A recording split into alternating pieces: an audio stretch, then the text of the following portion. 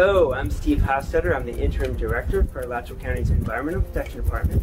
And today we're out in southeast Gainesville at the beautiful Sweetwater Wetlands Park. And we're here to talk about water, wetlands, and birds.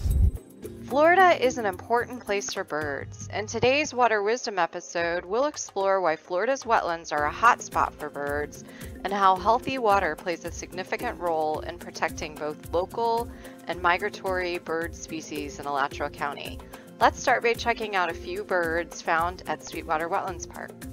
All right, behind me you can see the open water. There's lots of coots and gallinules behind me, and you might hear them every once in a while as I'm tucking. We're actually in the middle of the afternoon, so it's probably about the worst time to be out here to see wildlife, yet there's still a lot out here, and that's because this wetland system attracts so many birds and other organisms to this area. Right behind me is an anhinga. It's a male anhinga. You can tell by its black neck. The female's got a light brown neck. It's also called a snake bird for good reason. When it's in the water, it kind of looks like a snake with that long neck, thin head, and long, sharp beak. It actually spears its prey, and that's one way you can distinguish it from a cormorant, which looks a lot like it, and a lot of people get confused, but the cormorant has a little bit thicker, fatter neck, bigger head, and the beak has a little hook on the end, and so they actually grab their prey compared to the anhinga behind me, which will actually spear its prey, which is usually a fish, and then flip it and swallow it whole. And they always try to swallow head first so they don't get those fins and tail stuck in their throat. This is a little blue heron. It's one of our native wading birds. It's about 2 feet tall, got long legs and long neck and beak, and it is one of the species that found almost exclusively around wetland areas. It's got its mouth open right now. It's a really hot afternoon. Birds don't sweat, so they have to aspire and stay cool by opening their mouth, and it's called gular fluttering.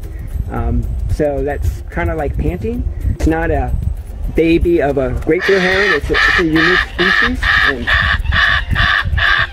there it is giving its call. So it's getting a little excited. And there's a great view of its feet. It's got really large feet. It allows them to walk on aquatic vegetation. And it's developing its breeding plumage because you can see the tail is getting these long, thin, wispy feathers on it, which helps for displaying and attracting mates. The little blue heron is just one of many wading birds found in wetlands. We also spotted a great blue heron on our visit. They're a much larger bird and pretty impressive to see in flight. We've recorded over 200 species of birds in this wetland system alone, and Payne's Prairie, just to the south of us, has had over 200 to 300 species of birds of all different types. And a lot of these birds are really specialized in how they nest, feed, and what they're looking for. In fact, we've got 2 really specialized species here. One is called the snail kite, which is a raptor. A kite is like a hawk, and what they do is they fly around over the wetland systems, and their main food source is the apple snail. And so they've adapted a very unique curved bill that allows them to pull the apple snail out of its shell and eat it. And apple snails are only found in wetland systems. So they've really developed a very unique and specialized skill in finding these snails. The limpkin is another species. It's a wading bird with long legs, about 2 feet tall, and a slightly curved bill, and they also eat apple snails. So those are 2 examples of a bird species that have adapted to living in wetland systems, and without these wetland systems they would go extinct, like we've seen with other species. Wetlands have an incredible abundance of wildlife and plant species, and the cleaner we keep our water, the more abundant and diverse wildlife and plant species we'll have in those wetland systems. And that's really important because birds are attracted to wetland systems and survive on their ability to find food, have shelter, protection. Many of these birds nest and live the majority of their lives in these wetland systems. So it's really critical that these systems have clean water to thrive and be healthy. Wetlands attract a wide variety of birds because when they're healthy, they provide lots of food. We can help protect wetlands by reducing the amount of pollution that may reach them. Reducing or eliminating chemicals used in our yards that may wash into storm drains is just one way we can keep the water that may reach wetlands healthy so they can continue to provide food for our feathered friends. Small aquatic animals and fish are abundant in a healthy wetland, and some raptors may feed on smaller songbirds. Everybody's got to eat, and healthy wetlands are like a giant potluck with something to satisfy everyone. Wetlands also provide protection or shelter for bird species and are used by some species to nest and raise their young. If you really want to come out and see a lot of birds, I'd recommend coming out in the mornings when it's cooler, or even in the evenings as the birds fly back into the wetland system to roost and stay the night.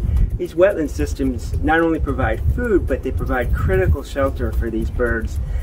They spend the nights here because they're protected from predators and scavengers that would otherwise be able to get to them in an upland area. A lot of these birds have an interesting relationship with alligators that you'd think would eat them. However, they also keep predators and scavengers away that could threaten their young, their eggs, and they've established that really unique relationship with these wetland systems. Wetlands are nature's kidneys. They purify water, protect water, and we need to do our best to protect these wetland systems. We've been talking about birds and how important they are to birds. And it's not just the birds that live here year-round, but these wetland systems are important for birds that migrate through Florida in our region or spend the winters here. And without these wetland systems, they would have to travel further, and that puts them more and more at risk of survival. Sandhill cranes are one of many species that migrate in large flocks to Alachua County every year. Many winter at Payne's Prairie wetlands and draw tourists to watch these majestic birds feed in large numbers. They are celebrated in our community, and you can see their images and signs and artwork all over the place. If you listen, you may hear them bugling as they fly into town around the winter holiday season or as they head out around Valentine's Day.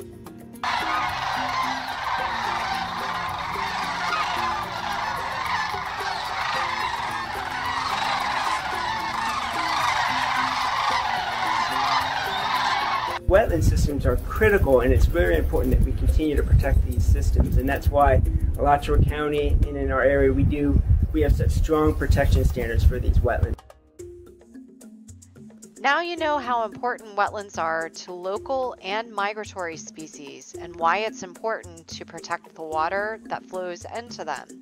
Here in Alachua County, there are many wetlands to visit and practice your birding skills. Thank you for joining us for this episode. I hope you'll join us again and continue to build your water wisdom.